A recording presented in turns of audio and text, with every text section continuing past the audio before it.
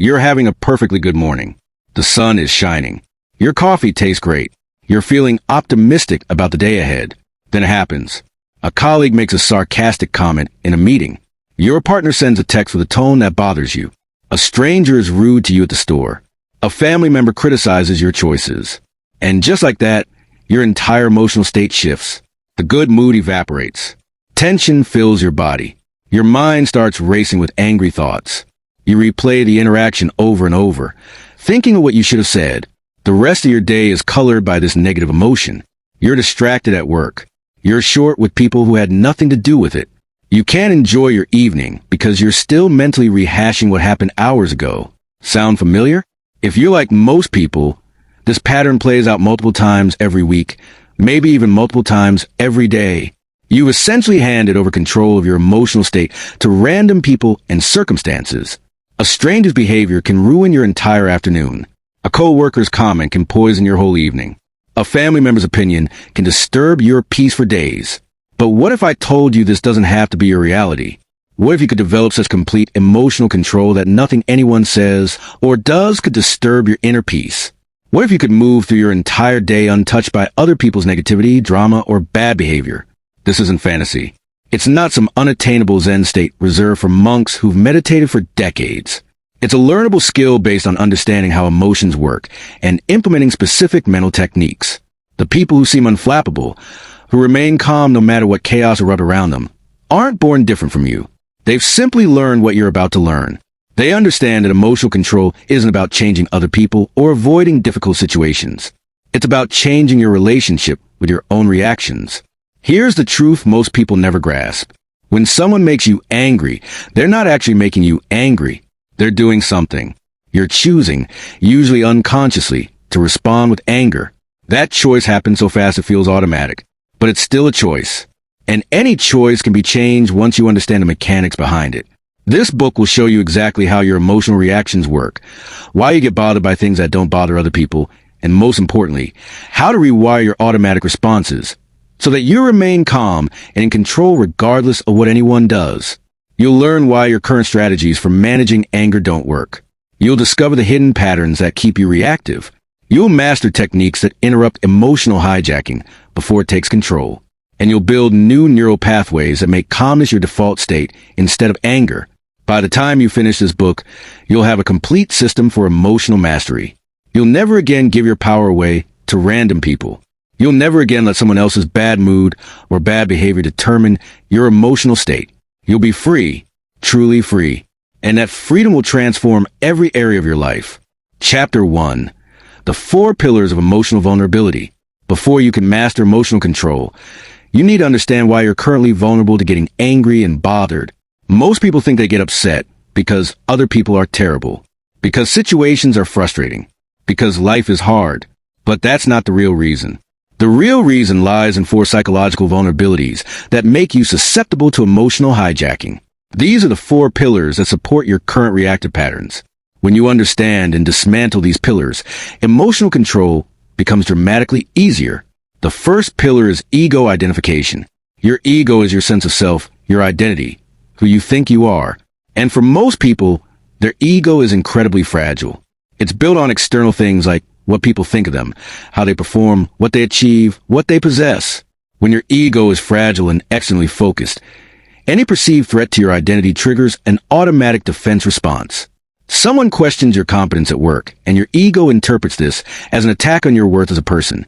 Someone doesn't respect you the way you expect, and your ego feels diminished. Someone criticizes your choices, and your ego must defend itself. The stronger your ego identification, the more things in daily life feel like personal attacks. A difference of opinion becomes an attack on your intelligence. A mistake becomes evidence of your inadequacy. Someone else's success becomes a threat to your value. People with weak ego structures get offended constantly because almost everything feels like it threatens who they think they are. The solution isn't to eliminate your ego entirely. That's neither possible nor desirable. The solution is to build a more stable sense of self that doesn't depend on external validation or circumstances.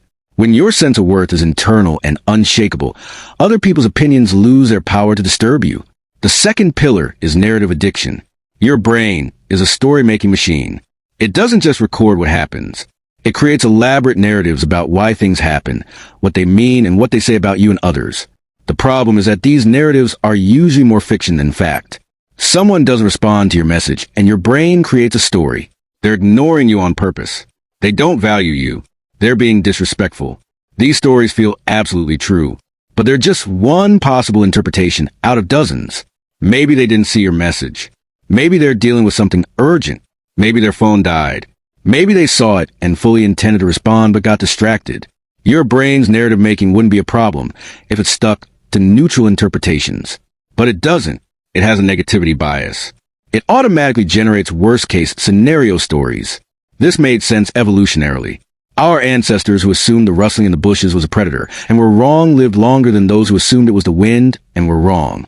But in modern life, this negativity bias means your brain constantly generates threatening narratives about neutral situations. And these threatening narratives trigger emotional reactions. You're not reacting to what actually happened. You're reacting to the story your brain made up about what happened. The third pillar is need-based thinking. Most people operate from a mindset of scarcity and need. They need respect. They need appreciation. They need validation. They need to be right. They need things to go their way. This need-based thinking makes you emotionally dependent on getting what you need from external sources. When you don't get what you need, you suffer. Someone doesn't give you the respect you need, and you get angry. Someone doesn't appreciate you the way you need, and you get resentful. Someone challenges your view, and you need to prove you're right. The intensity of your emotional reaction is directly proportional to the strength of your perceived need. The more you need something, the more disturbed you become when you don't get it. The solution is shifting from need-based to preference-based thinking.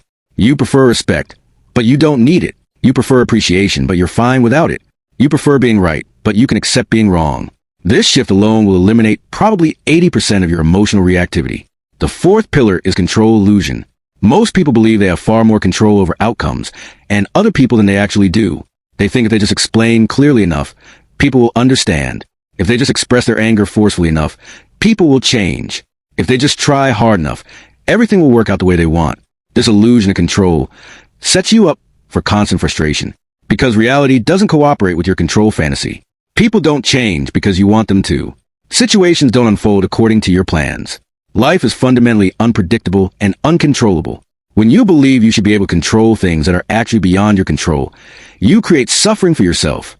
Every time reality doesn't match your expectations, you get upset. Every time people don't behave the way you think they should, you get angry. The more you try to control the uncontrollable, the more frustrated you become. The solution is accepting what's actually in your control, your thoughts, your responses, your actions, and releasing everything else. You can't control what people say, but you can control how you interpret and respond to it. You can't control what happens, but you can control what you do about it. These four pillars work together to keep you in a state of emotional vulnerability. Your fragile ego makes you take things personally. Your brain's negative narratives make neutral situations seem threatening. Your need-based thinking makes you dependent on external circumstances. Your control illusion makes you fight battles you can't win.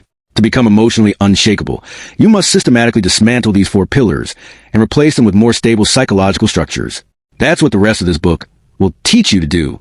Chapter 2, The Reaction Cycle and How to Break It. Most people think emotions happen to them instantaneously. Something occurs and boom, they're angry. But that's not actually how it works.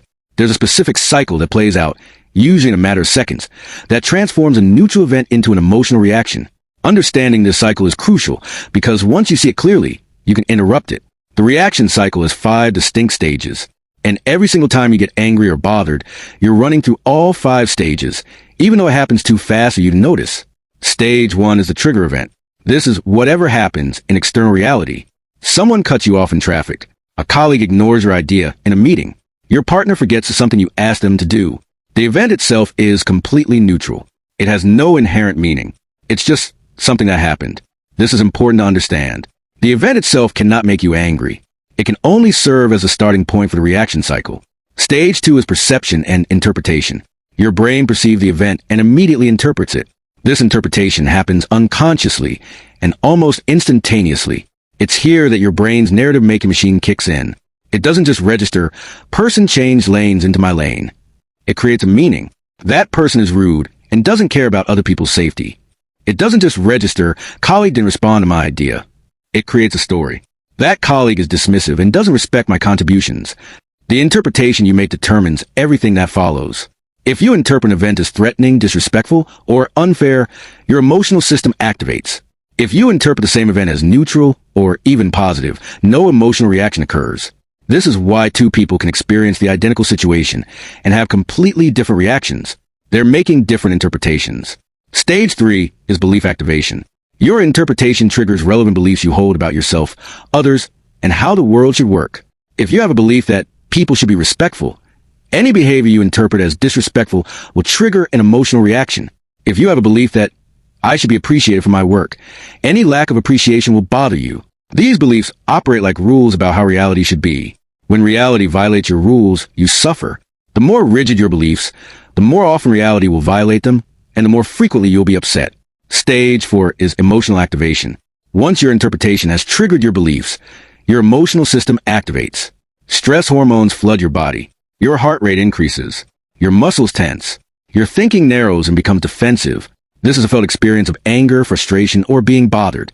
For most people, this is where they think the cycle starts. They become aware of their emotional activation and think that's the beginning. But by this stage, multiple unconscious processes have already occurred.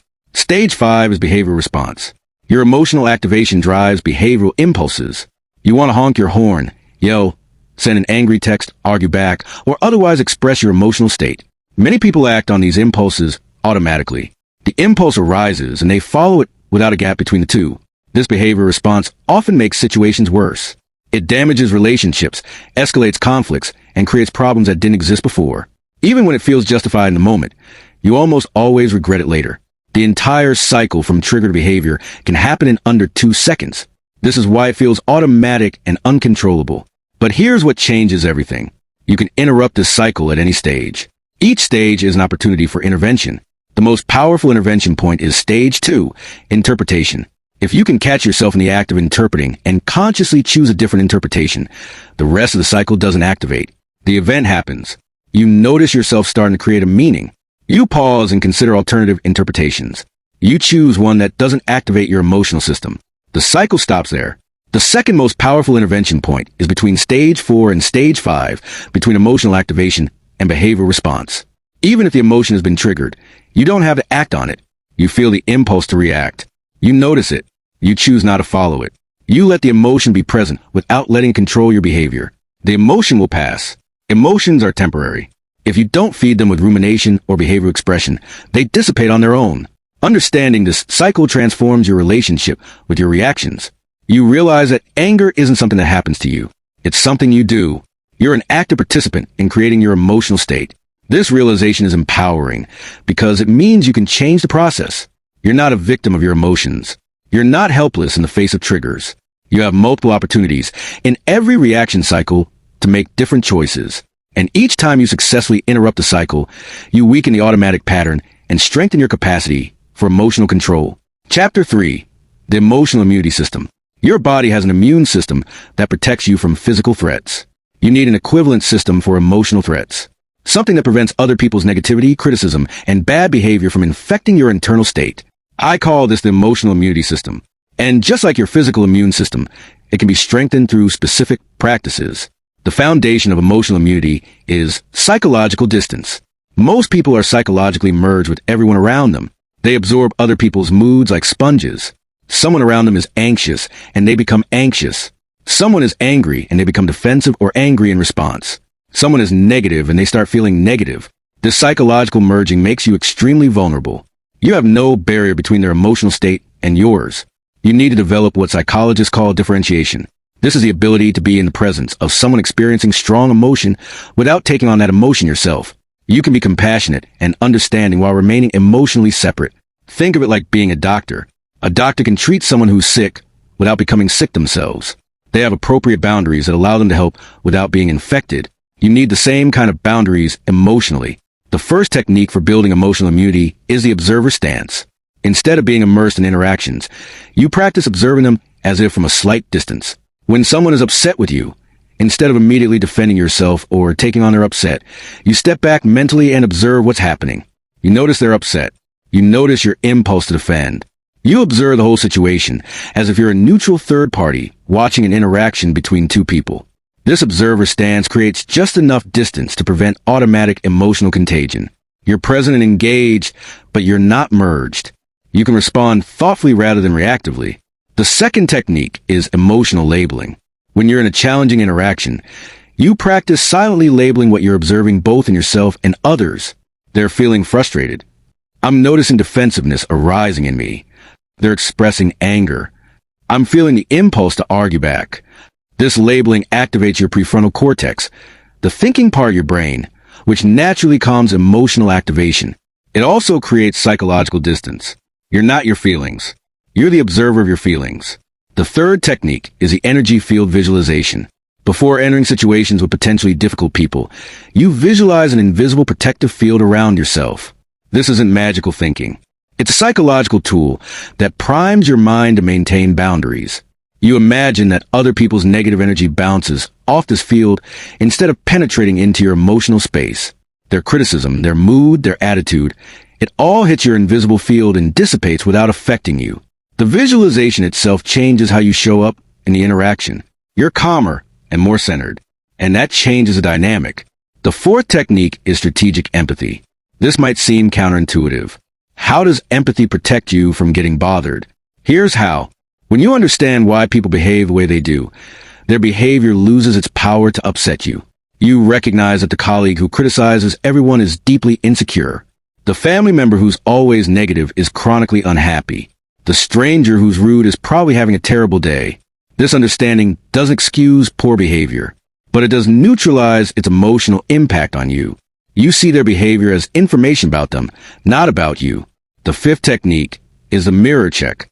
After challenging interactions, you check whether you've absorbed any of the other person's emotional state. You ask yourself, am I feeling tense, anxious, angry? Is this mine or did I pick this up from them? If you recognize you've absorbed someone else's emotional state, you consciously release it. You might take a few deep breaths and imagine breathing out their energy. You might physically shake your body to discharge the absorbed tension. The key is not letting it settle in and become your ongoing emotional state. Building emotional immunity takes consistent practice.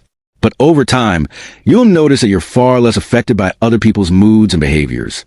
You can be around difficult people without becoming difficult yourself. You can hear criticism without becoming defensive. You can be in chaotic environments without becoming chaotic internally. This immunity doesn't make you cold or uncaring. It makes you more effective at actually helping people because you're not drowning in their emotional state. You maintain the clarity and stability needed to respond wisely. Chapter 4. The Identity Fortress. One of the main reasons people get angry and bothered is that their sense of self is under constant threat. Every criticism feels like an attack on their worth. Every failure feels like evidence of their inadequacy. Every rejection feels like proof they're not good enough. This happens because most people have built their identity on unstable foundations. Their sense of who they are depends on things outside their control, like other people's opinions, their performance, their achievements, their possessions. When you build your identity on external things, you're constantly defending it from perceived threats. That defense is experienced as anger and emotional reactivity. The solution is building what I call an identity fortress. This is a sense of self so stable and internally grounded that external events can't shake it. An identity fortress has 4 essential characteristics. First, it's intrinsic rather than extrinsic. Your worth comes from the fact that you exist, not from what you do, achieve, or possess. You're valuable because you're a human being, period. Not because of your job title, your bank account, your relationship status, your looks, or anything else that can be taken away or diminished. When your worth is intrinsic, losing your job doesn't devastate you. A relationship ending doesn't destroy you. Someone not liking you doesn't threaten you. These things might be disappointing, but they don't touch your fundamental sense of self. Second, it's based on values rather than outcomes. You define yourself by the values you try to live by, not by whether you succeed at everything you attempt. You're someone who values integrity, so you try to act with integrity. Sometimes you fall short. That doesn't make you not the person who values integrity. It makes you a person who values integrity and sometimes struggles to live up to your own standards. When your identity is value-based, failure doesn't devastate you. You failed at this thing, but you're still someone who values growth and learning. You made a mistake, but you're still someone who values doing the right thing. Third, it's growth-oriented rather than fixed. You see yourself as someone who's continuously developing rather than someone who should already be perfect. You're not your past mistakes. You're not your current limitations. You're the person you're becoming through consistent effort and learning. This growth orientation makes criticism less threatening. If someone points out a weakness, you don't have to defend against it because you already know you're not finished developing. You can say, "You're right. That's something I'm working on," without feeling like your worth has been attacked. Fourth, it's independent rather than comparative. You don't define yourself in relation to others. You're not the smartest person in the room, or the most successful, or the most attractive. You're you, with your own unique combination of strengths, weaknesses, experiences, and potential. When your identity is independent, other people's success doesn't threaten you. Someone being better than you at something doesn't diminish you. Someone having more than you doesn't make you less. Building an identity fortress requires deliberately restructuring how you think about yourself. This means catching yourself when you define your worth based on external things and redirecting to intrinsic worth. It means noticing when you make identity statements based on temporary states or situations. "I'm a failure" is a fixed identity statement about an outcome. "I failed at the specific thing, and I'm learning from it" is a growth-oriented statement about an experience. It means consciously cultivating self-compassion. You talk to yourself the way you talk to a good friend who's struggling, with understanding, encouragement, and perspective rather than harsh judgment.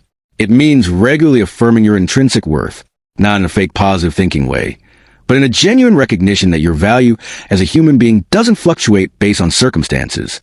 One practical exercise for building your identity fortress is the "so what" practice.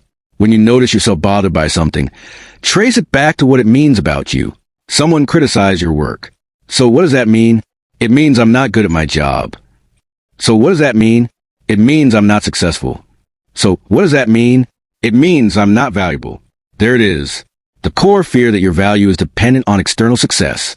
Once you see this clearly, you can challenge it. Your value isn't dependent on being perfect at your job.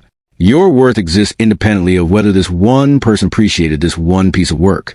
Over time, as you build your identity fortress, you'll notice that fewer and fewer things have the power to bother you, because most things that bother people are actually threats to their ego or identity. When your identity is secure, those threats lose their power. Chapter 5, The Attention Economy of Anger. Every moment you spend being angry or bothered is a moment of your life you'll never get back.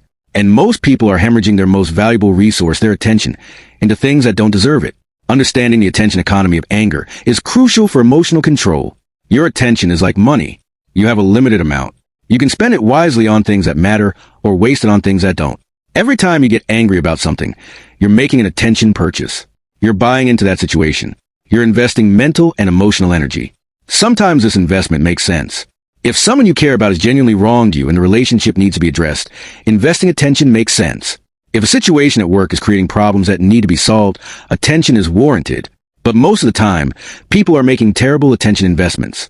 They're spending hours being upset about things that don't matter. A stranger's rude comment gets 3 hours of your mental time as you replay it and imagine what you should have said. That's 3 hours of your life you spent on someone who doesn't know you and will never think about you again. A critical comment from someone whose opinion doesn't actually affect your life gets your emotional investment for an entire evening. That's an evening of your limited time on Earth spent on something with zero return on investment. The first principle of the attention economy is ruthless selectivity. You must become extremely selective about what you allow to occupy your attention. Ask yourself, does this situation or person deserve my attention? Most of the time, the answer is no. The second principle is proportional investment. Even when something does deserve your attention, it should only get attention proportional to its actual importance. A minor disagreement doesn't deserve the same attention investment as a major life decision. A small criticism doesn't warrant the same emotional energy as a significant betrayal. Most people give equal weight to everything that bothers them. They have the same intensity of reaction to major and minor irritations. This is emotionally and mentally exhausting. The third principle is time boxing. If something does deserve your attention, give it a specific, limited amount. You'll think about the situation for 15 minutes, process it, decide how to handle it, and then close the mental file. You don't keep reopening it for days. You process once thoroughly and then move on. One powerful practice for managing your attention economy is what I call the attention audit. At the end of each day, you review where your attention actually went. How much mental and emotional energy did you spend on productive things versus being bothered by things that don't matter? You might be shocked to discover you spent 3 hours of mental time on minor irritations and only 30 minutes on things that actually improve your life. Once you see this pattern clearly, you can start making better attention investments. When you notice yourself starting to invest attention and getting bothered by something, you pause and ask, is this worth my attention? Is this a good use of my limited mental and emotional energy? Usually the answer is no. And then you consciously redirect your attention to something more valuable. The more you practice selective attention investment, the more you'll realize that you don't have enough attention to waste on getting angry and bothered. Your life is too short. Your goals are too important. Your relationships are too valuable. There's simply no room in your attention economy for minor irritations. This realization alone eliminates probably 60% of what currently bothers you, because once you see the cost, you stop paying it. Chapter 6. The Response Architecture. You've learned to not get angry internally. Now you need to know how to respond to difficult situations without compromising your emotional control. This is what I call response architecture, having pre-designed responses for common challenging situations, so you never have to figure out what to do in the heat of the moment. The key to response architecture is preparation. Most people react in the moment and often regret how they handled things. But when you prepare responses in advance, you can handle situations smoothly without emotional activation. The first architectural element is the default response. This is what you do when you're caught off guard and need time to think. Your default might be, let me think about that and get back to you, or simply interesting, followed by silence. Having a default prevents you from saying something reactive when you're surprised by a difficult comment or situation. The second element is the deflection toolkit. These are responses that redirect away from potential conflict. When someone tries to argue with you, I can see we have different perspectives on this. When someone tries to drag you into gossip, I don't really have enough information to comment on that. When someone is being provocative, that's one way to look at it. The third element is the boundary script. For situations that require you to set limits, have clear, calm statements prepared. I'm not willing to continue this conversation while voices are raised. Let's take a break and come back to it later. I appreciate your feedback, but this decision is final. I understand you're upset. I'm not the right person to help with this. The fourth element is the bridge response. This acknowledges what someone said while moving to what you want to address. I hear that you're frustrated about X. What I'm focused on is Y. This prevents you from getting stuck defending against attacks while allowing you to guide the conversation. The fifth element is strategic agreement. When someone makes a criticism that has even a grain of truth, you agree with that part. You're absolutely right that I could have communicated that more clearly. This often disarms the other person because they expect a defensiveness, but you're only agreeing with the valid part, not accepting everything they said. The sixth element is the clarification request. Instead of assuming hostile intent, you ask for clarity. Help me understand what you mean by that. What specifically concerns you about this approach? This buys time and often reveals that the situation wasn't as hostile as it initially seemed. Build your personal response architecture by identifying the types of situations that typically trigger you. What are the common scenarios where you tend to get angry or bothered? For each scenario, design a response that maintains your emotional control while handling the situation effectively. Write these responses down. Practice them. Role play them if possible. The goal is to make them automatic, so when a challenging situation arises, you don't have to think. You simply implement your prepared response. This preparation eliminates the anxiety of not knowing how to handle difficult people or situations. You know exactly what you'll say and do. That confidence itself makes you less likely to get bothered because you're not worried about how you'll respond. Chapter 7. The Liberation Protocol. Everything you've learned so far has been building to this. The Liberation Protocol is a complete system for freeing yourself from ever getting angry or bothered by anyone again. It integrates all the previous concepts into a daily practice that transforms your automatic reactions. The protocol has 3 phases: prevention, intervention, and integration. The prevention phase happens before challenging situations. This is where you prepare your mind daily to maintain emotional control. Each morning, you spend 5 minutes setting your emotional intention for the day. You remind yourself of your identity fortress. You're someone with intrinsic worth that can't be threatened by external events. You activate your emotional immunity system. You visualize your protective energy field. You remind yourself that other people's behavior is about them, not about you. You review your response architecture. You mentally rehearse, staying calm in potential challenging situations you might face that day. This morning practice primes your mind. You're setting up the conditions for emotional control before you encounter anything difficult.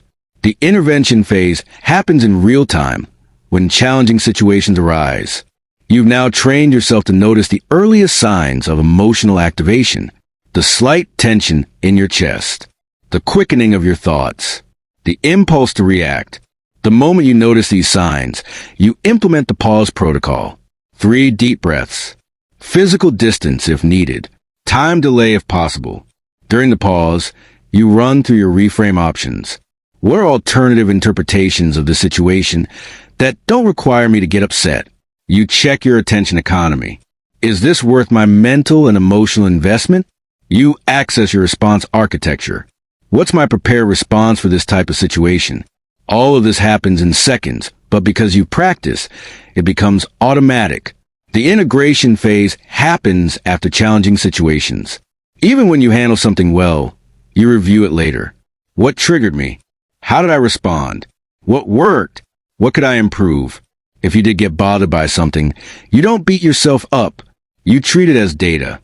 You analyze what happened in your reaction cycle. Where could you have intervened? What belief was activated? What interpretation did you make? This review process ensures continuous improvement. Each challenging situation becomes a learning experience that makes you better prepared for the next one. The Liberation Protocol also includes weekly and monthly practices. Weekly, you do an attention audit. Where did your mental and emotional energy actually go? Are you making good attention investments? Monthly, you assess your progress. Are fewer things bothering you? Are you recovering more quickly when you do get upset? Are you maintaining your emotional control in situations that used to trigger you? You also update your response architecture based on what you've learned. The beauty of the Liberation Protocol is that it becomes a positive feedback loop. The more you practice, the less you get bothered. The less you get bothered, the more you prove to yourself that emotional control is possible. The more you prove it's possible, the easier it becomes. Over time, staying calm becomes your default state. Getting angry or bothered becomes the exception rather than the rule. And when you do experience negative emotions, they're brief and manageable rather than overwhelming and prolonged. This is true emotional freedom, not the absence of challenges or difficult people, but the presence of unshakable inner peace regardless of external circumstances. Conclusion, your new reality. Everything you've learned in this book boils down to one fundamental truth. Your emotional state is your responsibility and your choice. Other people will be difficult. Situations will be frustrating. Life will present challenges. But none of these external realities have to disturb your internal peace. When you understand the 4 pillars of emotional vulnerability and systematically address them, you build a foundation of emotional strength. When you learn the reaction cycle and practice interrupting it, you gain control over your automatic responses. When you develop emotional immunity, you protect yourself from absorbing other people's negative states. When you build an identity fortress, you eliminate the threats that most upset people. When you master the attention economy, you stop wasting your life being bothered by things that don't matter. When you implement response architecture, you handle difficult situations with grace. And when you practice the Liberation Protocol daily, all of these skills integrate into a complete system of emotional mastery. The result is a life dramatically different from what most people experience. You wake up knowing that nothing anyone says or does can disturb your peace unless you choose to let it. You move through your day encountering difficult people and challenging situations, but they don't stick to you. You don't carry them with you. You respond effectively in the moment and then release them completely. Your relationships improve because you're not creating unnecessary conflict. Your career advances because you handle pressure and criticism without getting defensive. Your health improves because you're not constantly flooded with stress hormones.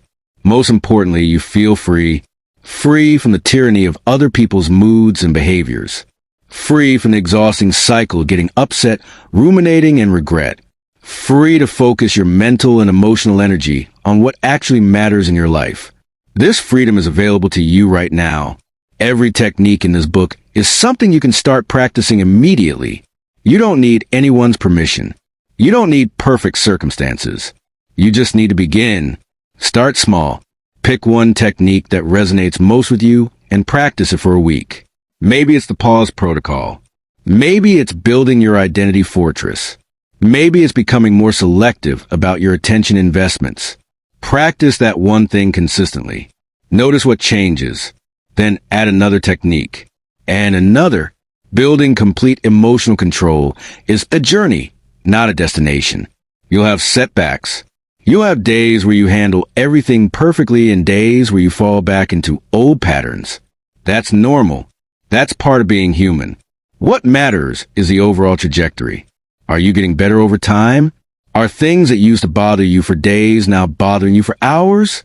Are situations that used to make you explode now making you pause? That's progress. That's mastery and development. Remember, the goal isn't to become emotionless. It's to become emotionally self-determined. You feel what you choose to feel. You invest your attention where you choose to invest it. You respond how you choose to respond. You are in complete control of your inner world, regardless of what happens in the outer world. This is the ultimate freedom, and it's yours for the taking. The moment you finish reading these words, your new reality begins.